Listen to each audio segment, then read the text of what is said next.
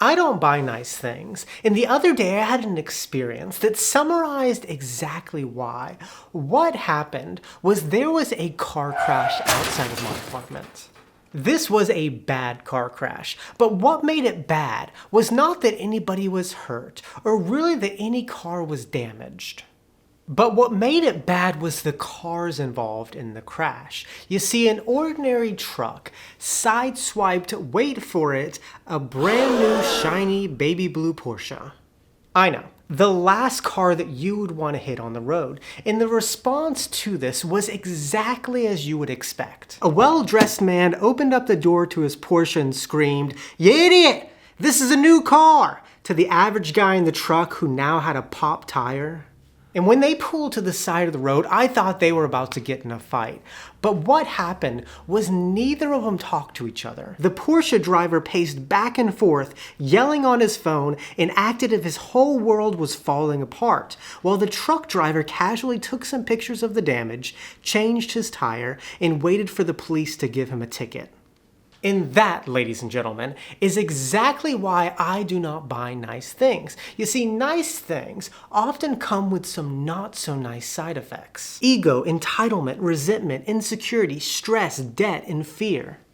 And after a while, when you collect enough nice things, something inevitably happens. The stuff you own starts to own you. I seldomly buy nice things, and in this video, I want to explain some of my reasoning why. 1. They raise the stakes on everyday life.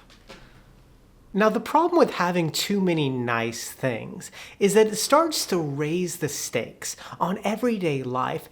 Everything seems like a much bigger deal. For example, in that story I just explained, one man drove a shiny new Porsche, the other an average pickup truck, and their reactions couldn't have been more different. Rage versus calm. And why were their reactions so different?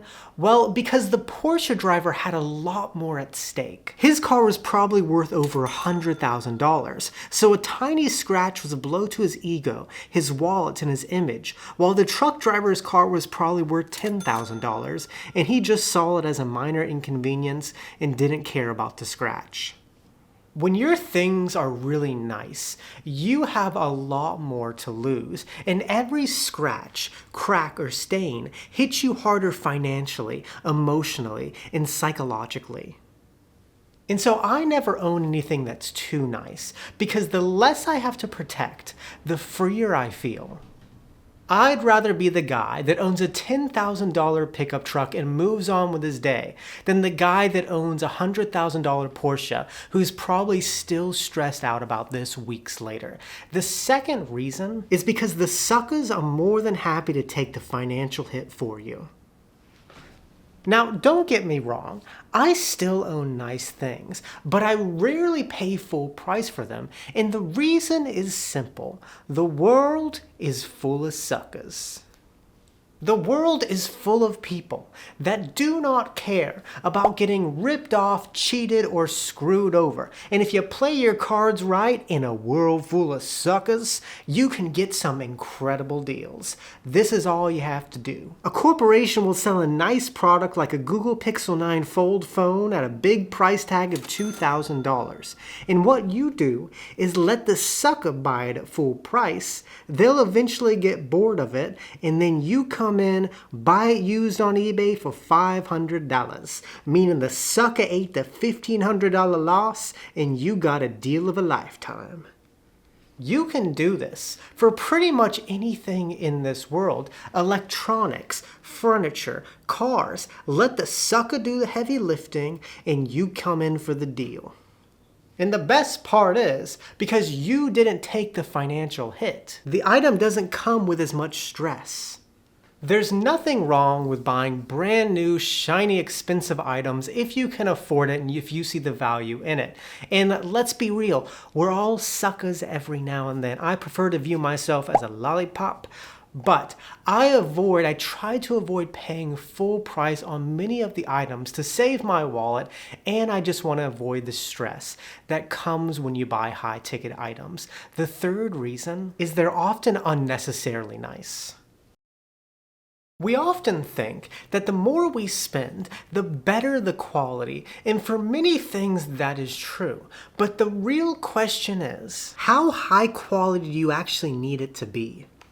Do you really need the best of everything? For example, last month I took a trip to Portugal to walk the Camino de Santiago for 110 miles.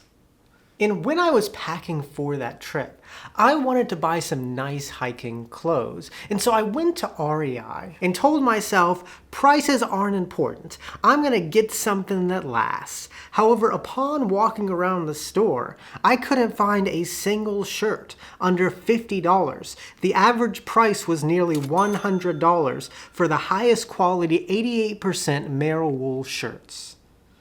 I ain't made of money, ladies and gentlemen, and looking at these shirts made me stop and ask myself, am I climbing Mount Everest or just walking across Portugal?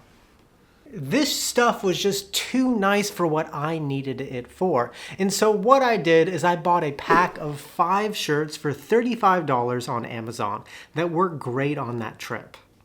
It's smart to buy nice things. However, you don't need to go all out and buy the jacket that's going to keep you warm on top of Mount Everest, the car that can handle every terrain, and the home that has more bathrooms than people. But the practical, affordable stuff is probably enough to suit your needs, and it's going to save your wallet a lot. 4, they don't improve your life as much as you think. Now, speaking of how many of the nice things that we buy are often just unnecessarily nice, another myth about nice things is that the nicer they are, the more it improves your life. But the truth is, although they can improve your life, they eventually get to the point where they no longer improve your life and can sometimes decrease your quality of life. For example, going from a beater car to a reliable car might improve your life 10 times, as you have less worries and more peace of mind. But then going to a Corvette won't improve your quality of life as much because it's not solving any huge problems. In fact, it could decrease your quality of life because you become tied to an expensive car payment and have more stress that something's going to happen to it. There's nothing wrong with making upgrades, but there comes a point when eventually getting something nicer isn't worth it because the curve flattens and chasing that extra 1% of luxury can cost you more than it's giving you because it adds an extra layer of complexity, cost, and stress. So I never own anything that's too nice, and instead try to stop at this point, or what I call enough, where the biggest improvement happens, where my needs are met and my life gets easier, and before it starts to become a burden. And I think that's just living with intention and stopping when enough is enough. 5, you get trapped in luxury. One thing I've noticed in my life is as I get older, my standards get higher. And once I get something nicer, I'm very unwilling to go back to what I had before. For example, when I was 20, I owned a beater car that I was nervous to drive in, but I tolerated it because it was all I knew and all I could afford at the time. However, eventually I got a nicer, more reliable car that I have peace of mind driving.